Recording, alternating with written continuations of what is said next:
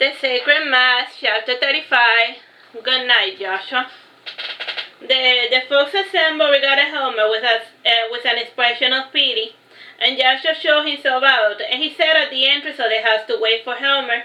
And after an hour's hesitation, little Helmer ran after his lover, and when Helmer opened the door, he was not able to see him. "Joshua, come back," said Helmer, crying. And the others inside were watching the scene with a sad, melancholic expression. And me, Lindsay, and Lishi too were watching the scene, only they looked amused. And together with Pandora, they were watching while eating popcorn. Joshua, laughing, said, "Must you always be so melodramatic?" "Joshua!" yelled Helmer, and then he said, blushing, "Good night." "Dad, grow some balls already," yelled Allan. "Stop pressuring me, Allan," barked Helmer. Joshua waited and waited, and Helmer finally said, "If it's not too much trouble, can you visit me again? I can do all the nasty things you like to do." "You shouldn't torture yourself for want of company, Helmy," said Joshua, stretching his hands. And Helmer sat down beside Joshua in order to accept the embrace. And Joshua kissed Helmer's little nose, and then he said, "And since you were a good little slut today, tomorrow I will treat you like a little princess. And would you like that, Princess Helmy?"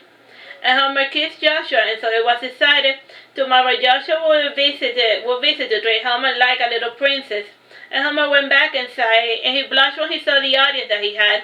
And as soon as Joshua left, Marina breathed in a sigh of relief. And the party dispersed to do their nightly activities. And Marina went to practice her guitar for a bit. And Helmer sat down to look through the furniture catalogs to circle what items he wanted. And he also wanted to choose new outfits. Allan spent his time talking with Sunshine, and the two agreed to go to AA together. Allan did not have a drinking problem, rather he had a problem with Sunshine's drinking problem, and so he chose to make the sacrifice, and his large house no longer felt empty, now that he had Sunshine, Marina, and Helmer, and with Pandora and Mincy and Lishi also running about, that giant empty mansion was bustling with activity and life. Allan looked about and he felt happy. It wasn't how he had imagined it, but everything seemed to be falling into place. Allan that night made it with Sunshine again, and this time he took care to put a silence spell in order not to disturb the others in the house. And after Helmer finished looking through the catalogs, he started to whistle. And sure enough, a large cluster of small elementals gathered around him, and he fed them almost his entire mana pool. And a good number had to be rolled out of their bedroom by their peers. And it was refreshing to the elementals to be fed without having to perform a magic trick or a chore. When they left, Helmer found himself alone in the bedroom. He showered and he lay down to sleep without any clothing, and the air conditioner was doing its thing. And he also took care to turn on a small night lamp, and everything felt nice and cool. And he dreamt a bit, but he awoke when he heard the door opening ever so slowly. And Joshua entered the dark room carrying his travel bag, and he placed it in the corner of the room, and smiling he said to Helmer, "I canceled my timeshare, and I will need to get back in a few days, but I can warm up your futon," said Helmer. "Is that what you call it now?" said Joshua, laughing. And Joshua undressed, and chuckling he went under the bedsheets of Helmer's futon. "Here, let me warm up your exquisite futon." And Joshua proceeded to warm up with his mouth what he thought was Helmer's futon, and Helmer moaned with pleasure, "I love you, Joshua." A month passed after Joshua left, and Caron and Gregory got into the habit of visiting Helmer once a day to practice magic. And they also helped Helmer with his workout routine, and each time they visited, Allan and Marina seemed happier and happier, and Gregory saw that Sunshine had spent the month sober, and he started to support the relationship Sunshine was building with Allan, with the hope that Allan would finally leave Caron alone, and he was regretting making Allan part of their domestic partnership. And yes, he was still attracted to Allan, but so was Caron, and he feared that one day both men would get tired of putting up with him. On Saturday, Allan would stop by to sleep with Caron and Gregory, and on that day Gregory would take Julian to spend time with his mother. And Sunshine tolerated this weekly infidelity because he was very lonely.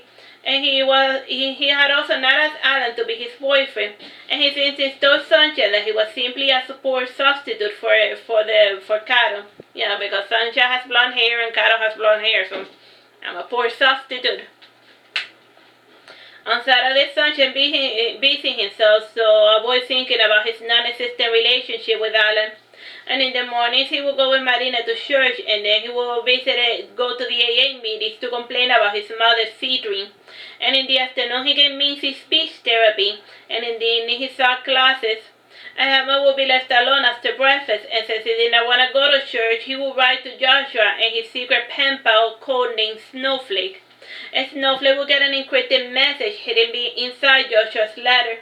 When I'm writing, he would practice speaking English with Mincy, and when Mincy taught him the elemental chirping language, because they speak like birds. When not in a learning mood, he would go to the park to watch Hope play chess with Julian. And Julian had softened up with Miss Lady, and Miss Lady only crime was that of being a fool and a puppet to her mother. And Julian eventually expressed that he did not feel love. And after some honest heart-to-heart conversation, Julian finally patched himself with his mother. And he had even stopped lying about his stepfather Peter. And Miss Lady, who was reasonable, agreed to let Julian live with his father as long as he visited her for an hour once per day. And Peter was not comfortable with his new arrangement, but he yielded to what his wife said. And another thing that bothered Peter was Gregory's metamorphosis. And Gregory no longer hid his draconic heritage, he even flaunted it, and his well-placed golden scales added his splendor to his face and body, and the long elegant scaled tail was a subject of much admiration. And Gregory was changing too much, and his behavior was becoming what Peter considered unpredictable. And he grew to fear for Julian's safety, and he started writing to King Leon daily to beg him to do something about Gregory. And in the guild request personally asking for Gregory appear often, and since he was on a semi-sabbatical, Gregory would take on early missions, and one of the most common requests was of being a tour guide. Gregory knew nothing about the history of Wallen or of history in general, and he made up things as he went along, and none of the tourists came and cared about the truth. They just simply wanted to gape at the dragon of Wallen. Since the mine had dried out, Gregory and Bron were taking on the weight of the household finances, and instead of working, Caron spent his time studying magic. And he had done his research into fire and had come up with the conclusion that his application of fire were extremely limited, and to help with his studies, Sancha had gifted him a chemistry book. And while Caron studied in the gardens, Gregory would always pass by the house on his tours. And the tours also showcased the bar of the Sacred Mass Guild with the extremely large portrait of Caron. And each time Gregory spoke of the painting, he would hyperbolize Caron. And the legend of the Arch Magus of Wallen was growing and expanding sense to him. And the day of the tournament came, and despite much training, Caron did not make it past the preliminary rounds. And Allan made it to the elimination rounds, but he lost to Peter, who was a far more skilled swordsman. And in the final rounds, it was Gregory versus Peter. Miss Lady saw the matchup, and she shook her head sadly in disbelief. And she told her darling Julian, "Those two are going to kill each other over you." "They could try to talk like normal people," said Julian sadly. Gregory used his surumi while Peter fought with a cinquiada and a straight sword. Though the weapons were blunt, the two tried to cut each other to ribbons, and Gregory had expected for his surumi to give him an advantage, but he severely had underestimated Peter. And despite his erratic movements, Peter made quick work of the urumi, and he had observed Gregory's practice at a distance, and thus he had devised a counter-strategy. And Gregory lost the final match despite his best effort. And Peter, smiling, said, "You've gone soft, Gregory. You could have bested me easily had you fought me as Grimory. I am taking Julian now, and you can keep this stupid little crown for your friend that your friend Allan wanted." Gregory started crying most pitifully as he left the arena, and he handed the ornamental crown to Helmer, and while crying he said, "I want this for you, Master Helmy." And much to Peter's dismay, Miss Lady handed Julian to his father, and finally Miss Lady said, "Peter, I love you, but please stop bullying Gregory. And what you do to Gregory affects Julian a lot, and if you really care for our son, please try to get along with Gregory." And Gregory cried on Caron's shoulder while Julian looked clearly stressed by the entire situation. And eventually even Julian started to cry as well. And after the adult portion of the sword tournament, there came the minor tourney. And Julian tried his best, but he was distracted, and he kept making amateur moves, and from time to time his eyes would look at his father Gregory, and it seemed to him that everyone was laughing at his father. And Allan noticed that there was something wrong with the boy, so he teleported the youth out of the battle arena. And his intervention immediately disqualified Julian, and when he was away from the situation, Julian calmed down, and he went to sit with Hope, who had not been in a fighting type of mood. And the two cheered the little tomboy Leda as she completely swept the junior sword fighting division. The following day was the archery event, and Lychee completely drained Helmer of his mana, and the cast started mumbling when they saw the Arch Magus, and a good portion of them thought that the mage was dead. And those that were magic users were surprised to know that they did not felt a lick of magic from Helmer. And Helmer, with his little short bow, did the archery competition, and he did not miss a single target, and he perfectly shot down the stationary target as well as the moving one. And during the horse riding session of the archery tournament, he seamlessly maneuvered the horse using only his legs, and this allowed him perfect freedom of movement to shoot the target as he approached them. And his sudden reappearance in a tournament gave the visitors plenty to talk about. The main subject of debate was the lack of magic of Helmer, they thought that Helmer was overfeeding his elemental friends did not cross anyone's mind. And it became the popular opinion that the former Arch Magus had lost his powers, cursed no doubt by the dragon.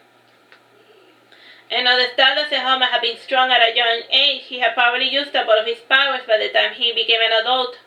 And on the way out of the arena, Alec intercepted Helmer and he said, "An interesting performance, Arch Magus." "I am a master illusionist, am I not?" said Helmer dryly. "What are you plotting?" asked Alec. "I'm not plotting anything," said Helmer. "And in this archery tournament there was an ornamental bow and I thought it looked amusing, so I thought I would want it for Joshua's second youngest son, Samuel. And he's a talented archer like his father." "I can never figure you out," protested Alec. "Maybe you're looking too closely. Try standing back and then you will see the whole picture," said Helmer. Alec took a step back, and as Helmer had instructed, and Helmer held up his hair and he asked, "Do you like what you see?" Alec, laughing, said, "Are you flirting with me?" "Yes," said Helmer. "Do you find that disagreeable?" "I find it to be very amusing distraction," said Alec. And Alec drew near Helmer and he said, "I am curious about why you get along so well with Princess Sylvia, most trusted knight. Joshua wasn't a knight when I met him. He was a regular cadet, 2 years my senior. And he saw my magic tricks, and he was thrilled by the challenge of taming the Arch Magus," explained Helmer. "And I know that he likes to fool about Wallen during this time of year, and I sent him my sandals, and then he answered my summons. And after I left the tower, I got into contact with him again, and I would sometimes hide in his apartment. Have I answered all of your questions?" "Not quite," said Alec. "In one of your most recent letters to Joshua, there was an encrypted message." "Like I said, you're looking way too closely," said Helmer. "And if you're looking for conspiracies, then you're only going to find conspiracies everywhere you look. Which brings me to my next point. You had nice abs. Want to grab a coffee or later? Or are you in a hurry? And we can skip pleasantries and go directly to dessert." Allan was about to continue his interrogation when Allan and the others appeared, and smiling Allan said, "Great show, Dad. Do you win this for me?" "It's for Joshua," said Helmer. "Are you still pining after the foot freak?" said Allan, laughing. "You need to move on." "He's the only man who ever made me feel beautiful," said Helmer, sighing. On that day he was sporting the pink ribbon that Joshua had chosen for him, and he had gotten into the habit of wearing that ribbon whenever he was pining after Joshua. And again he sighed and he said, "I'm trying, Allan, I'm really trying to move on, but whenever I flirt with someone they think I'm up to something, or that I'm trying to mind control them.